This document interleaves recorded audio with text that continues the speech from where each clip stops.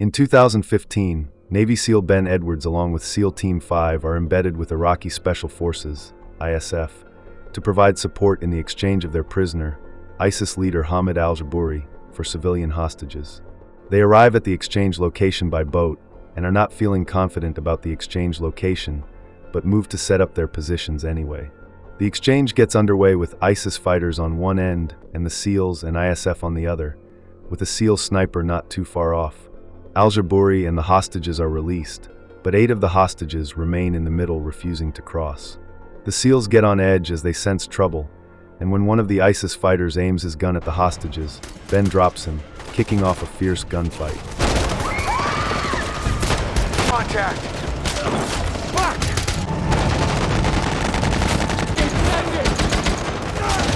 One of the hostages gets hit in the exchange, and ISF Captain Amiri Darren tries getting to her, but gets shot.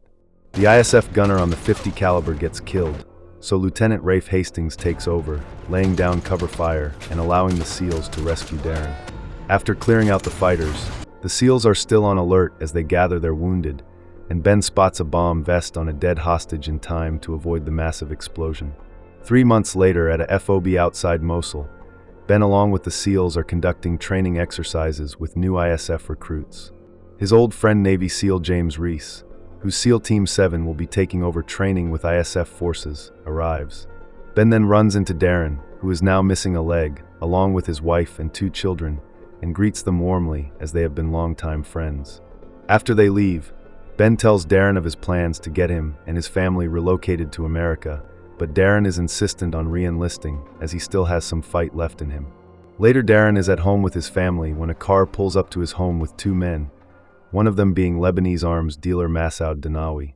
Later, SEAL Team 5 is briefed by CIA officers Landry and Fuller about a new ISIS arms supplier who turns out to be Danawi. Commander Cox informs them that Danawi is here in Mosul, and the SEALs will run reconnaissance along with ISF. A convoy of vehicles then set out and soon arrive at a Taliban checkpoint. Their vehicle is stopped, but ISF Major Farouk slips the Taliban fighters some cash, and he allows them to pass through without checking their identities. Meanwhile, Darren returns to the FOB looking very nervous. Inside the locker room, he puts on his uniform, then goes for his fake leg nervously. The reconnaissance team soon gets eyes on Danawi and trails him back to a secured ISIS compound with signal jammers. Fuller has a bad feeling about the op and tells Commander Cox to call them off. Ben gets the call to pull back, and the SEALs are not happy hearing this, as this could be valuable intel. Ben then gets another call, this time from a distressed Darren. Ben hears that he is at the base, but Darren ignores his questions, telling him to take care of his wife and kids. Ben then orders Farouk to return to base double time as he senses trouble. He calls back to base telling the commander to detain Darren as he may be compromised, so Commander Cox sends Landry to find him. Ben and the team blow through the ISIS checkpoint under heavy gunfire, but manage to make it through. Darren enters the FOB mess hall and takes a seat, sweat flowing down his face, and just as Landry gets there, Darren sets off his explosive. Ben and the guys arrive only to see smoke rising from the base. Later, the team gets to Darren's home to see his wife dead and both children missing. On the walls, a message from Danawi: "He who abandons the caliphate abandons God."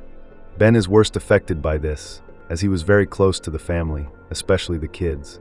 Farouk gets intel that Danawi and al-Jabouri are responsible for the bombing and Darren's wife's murder, so the SEALs start planning their mission to take him down.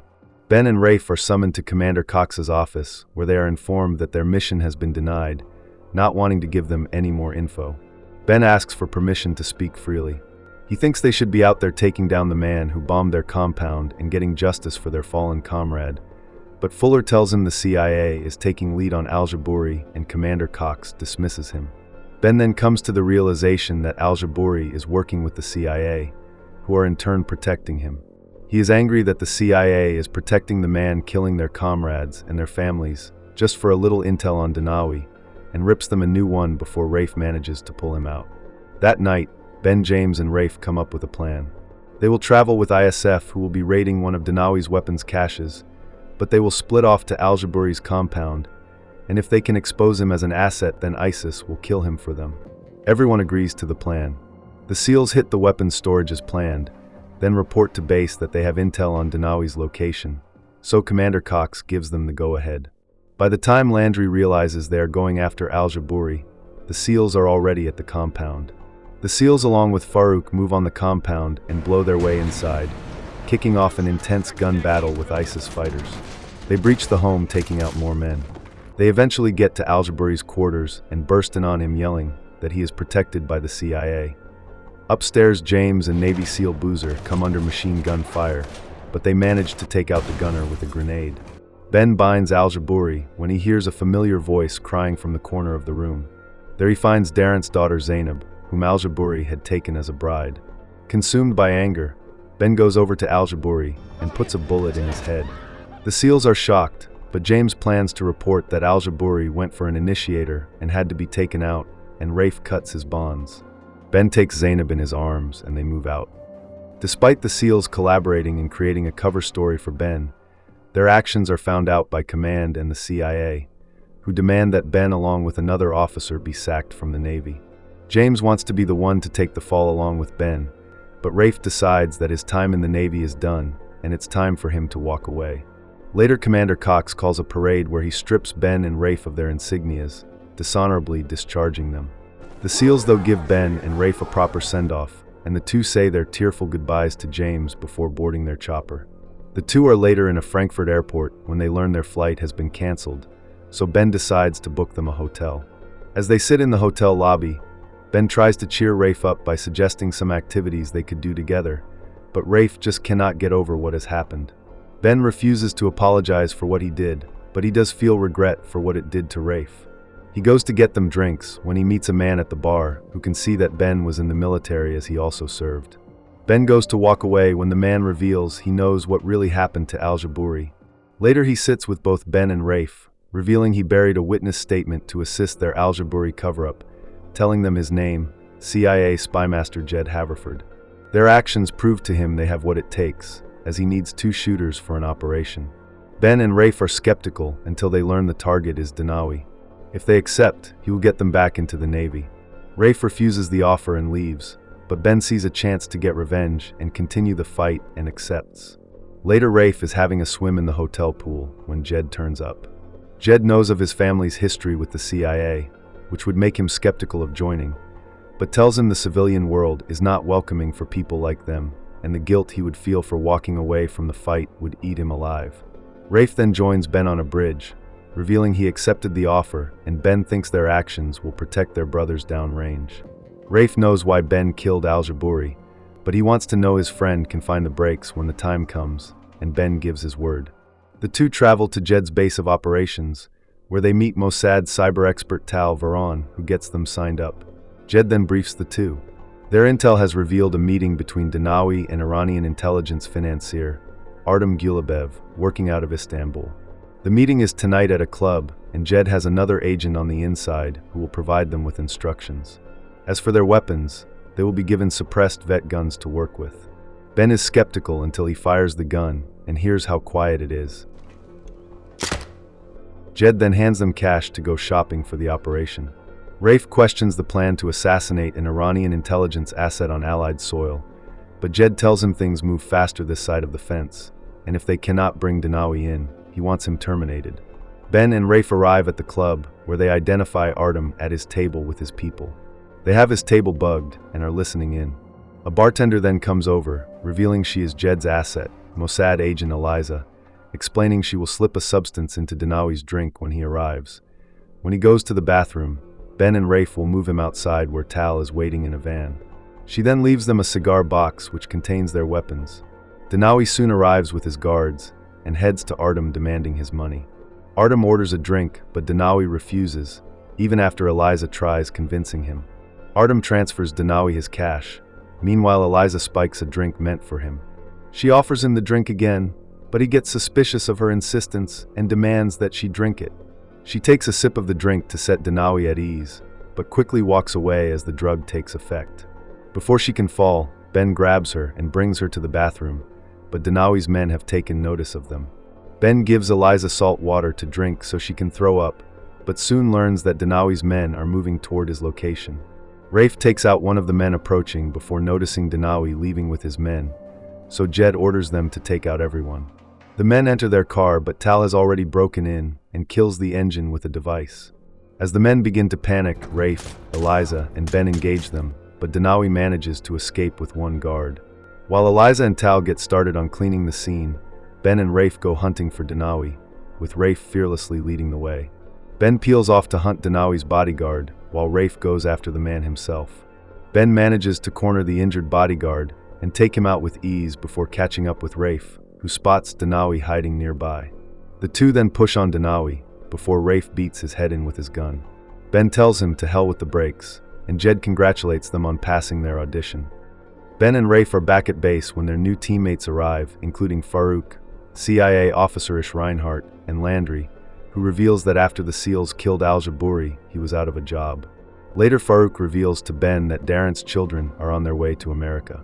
Tal has cracked Dinawi's cell and found he received $5 million in crypto, with instructions to deliver the cash to geology professor Balish Molnar in Budapest. Seeing that Molnar has no idea what Dinawi looks like, Farouk will impersonate him and purchase whatever he is selling to Iran. Later, another text comes in on Dinawi's cell about a meeting he has with someone else at a restaurant, so Jed decides to send in Farouk. The following day, Farouk is at the cafe to identify the new target, with Ish on lookout across the street. Tal sends a message to the target's cell phone, and soon Farouk identifies a worried young woman texting frantically. Farouk doesn't see her as a threat, but Jed wants to take no chances as she could be Hezbollah. As the woman leaves, Ish snaps photos of her, and they plan to terminate her tonight. Landry and Rafe are scoping out a potential meet location when Landry learns Rafe was born in Africa and wants to call him Tarzan, but Rafe corrects him that Tarzan was British. Ben and Eliza are keeping an eye out for Molnar when they learn the identity of Dinawi's contact as Thana Haddad, a refugee and possible terror component. Soon Ben notices Molnar leaving his university and follows him, where he sees the professor enter a nuclear technical institute and realizes he has an office inside, and Eliza suspects that Molnar is working with Iran. That night, Farouk and Ish are standing outside Thana's apartment. Ish notices he looks doubtful and offers to carry out the mission, but Farouk insists on seeing it through. Soon Thana returns to her apartment only to find Farouk there holding her at gunpoint. He demands to know why she is meeting Dinawi, and Thana reveals that Dinawi is her father. Farouk has no intel that Dinawi has kids, but Thana shows him a picture of the two. She knows her father was a killer and suspects that Farouk is here to kill her, and Farouk reluctantly tells her yes. He aims his gun at her, and we hear a gunshot. He then meets up with Ish, telling him everything is taken care of. Later, the team go over the mission ahead, and Jed knows they don't have the full picture, but need to act to keep Iran from nuclear capability. Afterwards, Tal confronts Farouk in his office. After his hit, she picked up Thana on CCTV at the train station, and it's revealed that Farouk fired a shot next to Thana, warning her that he will return and wipe out her entire family if she talks about Dinawi or this incident. Farouk shows Tal a photo of Saddam's son, revealing his two sisters and father were killed by him. He escaped, and when he got older, he fought alongside the Americans to capture him and put 3 bullets into him. The photo is a reminder that it's sometimes necessary to kill, but he felt no threat from Thana. Tal agrees that the kill order was cold-blooded and plans to keep this little incident between them, as she can see that Farouk is a good soul. The next day, the team get their mission underway, providing support for Farouk, who is waiting for Molnar. Soon Tal gets eyes on Molnar, and the team track him until he gets to Farouk.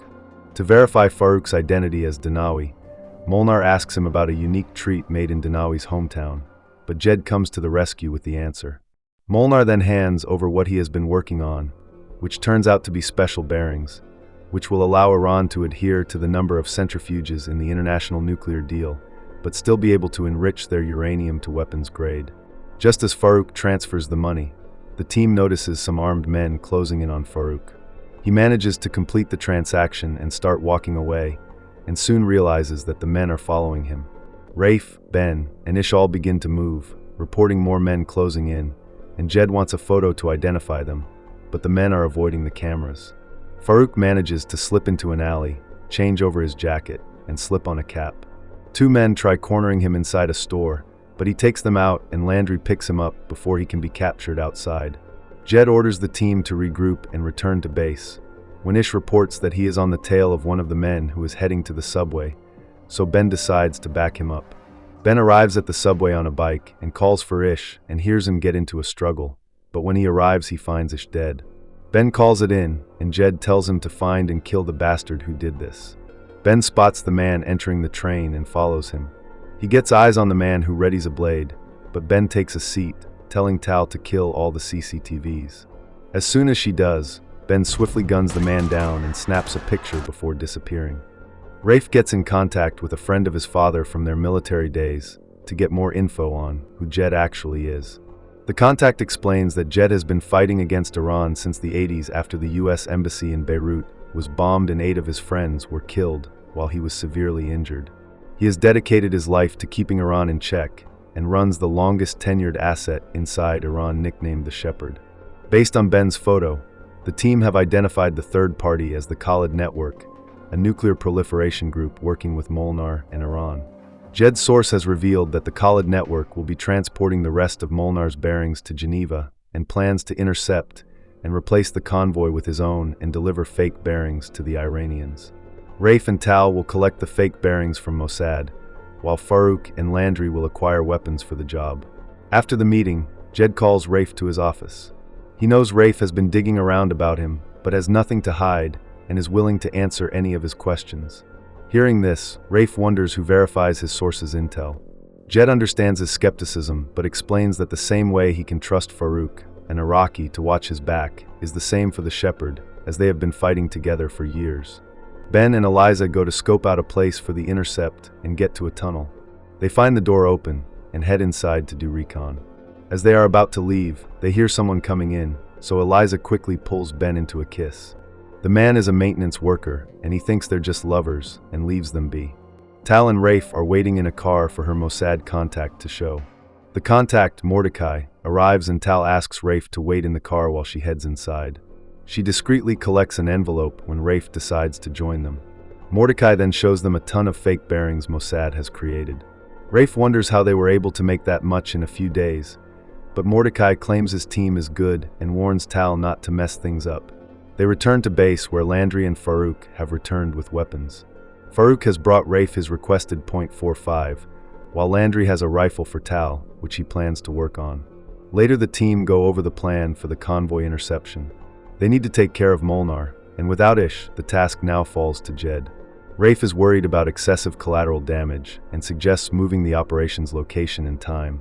But Ben thinks there is no better time, and though they want to avoid collateral damage, they cannot pass this chance up. Rafe is not pleased hearing Ben not have his back. Later he is splitting wood when Ben comes to find out what's on his mind. Rafe has 3 issues, and his gut feeling has kept them alive for years. They are about to hit a convoy in allied country based off single source intel. Ben broke usual protocol going after an unknown enemy alone. And last, he is fraternizing with a Mossad agent he doesn't know from Adam. He thinks Ben is feeling the same thing, which is why he is here checking in on him. Ben corrects him. His head has never been clearer. He is tired of taking orders from people in suits and waiting for bureaucrats to sign papers before they can act. They waited for so long to get Danawi in the military, but Rafe was able to take him out just like that, and that makes a huge difference. Ben understands his concerns, but asks Rafe to have some faith in him as he has in Rafe, and the friends make up. The team then begin preparing themselves for the mission ahead. Tal is in her room working when Landry barges in, showing her the rifle he has modified for her. He comes close to show her the optics, but gets a bit touchy, so Tal asks him to leave. Landry initially refuses, so Tal pushes him out. Eliza hears the commotion and grabs Landry, putting a knife to his neck, warning him to keep his hands to himself. Ben and Rafe stare him down, and he tells them he didn't mean any harm. We then see members of the Khalid Network moving the case of bearings from a hotel, one of the men having the case handcuffed to his hand. After driving for a while, they get to the tunnel when they are cautioned by a cop about an accident up ahead, unaware the cop is Tal. As they enter the tunnel, they get on alert when suddenly their lead car is hit. They get blocked in and Ben and Tal take out the bulletproof glass, kill the men, and take the case. They report in to Jed, who has killed Molnar and is setting the scene, when their van is hit by an RPG. They soon recover from the blast and begin laying down gunfire and retreating, but Farouk takes a round as they become encircled by the Khalid Network quick reaction force. Landry manages to pull a car up and they extract Farouk. The others are doing well, but are gradually being pushed back to the tunnel. It's too hot to fully extract, so Rafe jumps into a van while Ben and Eliza escape into the tunnel walls. Ben is trying to figure out how they got there so fast when he is suddenly shot in the back by Eliza, who then steals the case. Ben recovers from his wounds as Eliza had fired into his ballistic vest, and he starts moving. Turns out Rafe had stolen the van containing the men transporting the case, and finds one of the men still alive. He takes the man to an abandoned mine, binds him, and stitches his wound. Soon the man wakes, but he refuses to talk, so Rafe uses a knife to cut his stitches, demanding to know how the Khalid network knew they were coming. Ben gets Eliza's location from Jed, who orders him to retrieve the bearings. Eliza gets herself a hotel room, but as she gets to the door, Ben holds her at gunpoint, demanding to know who she is working for and who hit them outside the tunnel. She is Mossad, but has no idea who the men were. There's a tracking device inside the case, so Ben allows her to remove it. She claims she has not betrayed the team, and Jed and Shepard are the problem. Suddenly, Ben hears footsteps outside the door. He takes cover just before a hit team barges in, but Ben takes them out. Eliza hears the men speaking Farsi on their comms and sending reinforcements, so Ben grabs a gun and vest but refuses to give Eliza a gun. Holding her in front of him, they try to leave by the staircase but run into the mercenaries, kicking off a gun battle and forcing them back into an apartment. A flash grenade briefly stuns Ben, but he recovers and begins to trade bullets with the men. They start pushing the room, allowing Eliza to get her hands on a gun, but forcing Ben into close quarters combat. Eliza cannot help as she is fending off the shooters trying to push on them, but Ben eventually kills his attacker. He and Eliza then exit the room, dropping the attackers while covering each other. Ben then disguises himself as one of the men and takes out the last man outside. The two then dump their gear in a trash can, and Ben plans to part ways with her, when she reveals that her and Tal's true mission has always been Jed and finding out who the Shepherd is and what their endgame is. She wants to help get answers, so Ben concedes, and the two leave the scene. At the mine, Rafe's captive begs for water, but he refuses until he gets answers about the tunnel. The man still refuses to talk, so Rafe ties him up by his arms, forcing his wounds open. Ben and Eliza walk until they get to his exfil location, but he breaks into an abandoned building next to it in case he is compromised. Eliza can see that he is hurt and offers to help him, but Ben refuses her help, so she tells him if she wanted him dead, she wouldn't have gone for his plates. Despite the offer, Ben patches himself up. He takes another look at the bearings and asks Eliza why they are so different, but she explains that Tal will get those answers from the Shepherd, as she was able to get his address from Jed's cell phone. She needs to take the case to Berlin, but Ben refuses to work with her as she is not loyal. Eliza explains that her loyalty is to her mission, and she was ordered to kill anyone in her way, but spared Ben, which should count for something.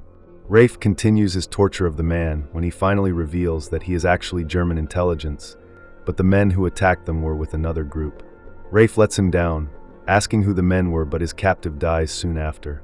Rafe tries to resuscitate him, but is too late. Meanwhile in Munich, we see a man inside his apartment, and on his laptop is the same portal that Jed uses to communicate with the Shepherd. He leaves his apartment, and a distance off, Tal has eyes on him. She then breaks into his apartment and starts transferring data from his laptop to hers. She is then looking around the room when she spots a camera and tries packing to leave when the man returns and attacks her. The man is strong, taking all her blows and throwing her around. Tal throws everything she can at the man, but he keeps coming at her until he gets his hands around her throat. All seems to be lost until Tal burns him with a torch before shooting him. She then takes her stuff and leaves. Ben and Eliza steal a car to rendezvous with Jed in a town outside of the city. They are in traffic when a biker places a bomb on top of their car, which explodes. Ben survives the blast to see his attackers spinning the block, but he recovers in time to kill both men. Eliza has not survived the blast, so Ben removes a bracelet her daughter gave to her before fleeing the scene. Ben dresses the German agent, cleans him up, and leaves his body inside a church, seemingly bothered by his conscience. Ben stops at a public bathroom, where he removes a large piece of shrapnel from his leg, almost passing out from the pain. Tal gets to a train station where she sees news reports and footage of the bombing and breaks down, realizing Eliza is dead. Ben arrives at the team's new base, and Rafe is observing him at a distance. Ben gets inside where he greets Farouk and Landry. When Jed enters, Ben confronts him about his intel from the Shepherd and Eliza's death. Jed confesses that the shepherd gave him incorrect intel. Then Rafe enters the room, revealing that the bearings they stole were fake, as the team was used to stop German intelligence from interrupting Iran's nuclear plan. Jed then reveals that the man who played him and killed Eliza is here, and leads them to a bound man named Vahid Rahimi, the younger brother of Cyrus, the lead negotiator in Iran's nuclear deal. He was the one who also sent the hit squads to wipe out the team, after his connection with the CIA was about to be found out by a hardliner named Youssef Sadie. Jed then wakes Vahid up, threatening to end him unless he calls his brother and completes the deal. Jed makes the phone call, and Vahid tells his brother that he secured the bearings and will meet him at the airfield to hand it over. Once the call ends, Jed swiftly kills Vahid, claiming it's for Eliza. He then tells the team they will impersonate Khalid couriers and complete the mission as planned. Tal reports into Mossad that she has recovered the encrypted node between Shepard and Jed, but learns that Jed has already executed the Shepherd and she should stand down. Tal protests, but the Mossad agent closes communication.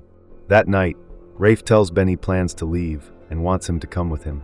He no longer believes in what they are doing, as they are just pawns being used in a bigger game. Ben understands, but refuses to leave as he wants to see the fight through and get the answers he wants. Ben wants him to stay, but Rafe can no longer follow him down this path as it will only lead to more death. The two friends then painfully part ways. Ben, Farouk, and Landry finalize plans for the exchange at the airfield, and the next day the team set out, Jed encouraging them, telling them that their fight is for the greater good. Tal is at her apartment going through the Shepherd's communication portal with Jed when she spots something. She verifies with Mossad the Shepherd's time of death and sees a communication between the two after the Shepherd's supposed death. Ben, Farouk, and Landry arrive at the heavily armed airstrip where they meet Sadie, who is Iran's foreign minister. Farouk hands over the bearings and demands payment, but Sadie plans to test the bearings first, as he never trusted Vahid. The guys get on edge, clutching their weapons as they could be facing a brutal fight ahead. Sadie's men unveil a device and place a few bearings inside and begin the test, but surprisingly the bearings turn out to be real. We then see Jed meeting with Cyrus, revealing himself to be the real Shepherd and framed Vahid, his own brother, after he tried to interrupt their plan with the fakes. By having the exchange proceed, Cyrus will be promoted to foreign minister as a CIA plant to improve Iranian-Western relations. Sadie transfers the cash to Farouk and leaves with his men to board his plane, leaving the three lost for words and not sure what to do next. Tal tracks down the real address of the Shepherd and hacks into the building's CCTV, only to see Cyrus and Jed talking together. Ben, Farouk, and Landry are sitting in their car watching Sadie's plane get ready to depart, trying to figure out their next move as they cannot let this happen. Ben then gets the photo of Cyrus and Jed talking and realizes who the traitor really is. They would be outnumbered if they acted now, but everyone has already made up their mind to fight. Farouk and Landry then take out the plane's tires as it begins to move. Then Ben begins hammering it with a .50 caliber machine gun, pushing the plane with the other two and wiping out the soldiers and Sadie, whose finger dials Cyrus, and he hears the massacre. The three board the plane, finishing off the dying soldiers. Ben comes upon a dying Sadie and takes off his entire hand with the briefcase while he is still alive. He then takes the bearings and the three exit the plane, unaware a sniper has them in his scope. The sniper turns out to be Rafe, who was there to cover Ben and ensure he did the right thing. They then drive back to the base where they see Jed's car still there. They push onto the boat, guns at the ready, but find it empty. On a laptop nearby, they see a letter written by Jed to the CIA director, listing them all, including Tal, as traitors who killed Allied forces and handed over nuclear material to Iran. Tal then turns up at the boat, and they show her the letter. They have no hard evidence against Jed, but Ben still thinks they have a chance to take him down.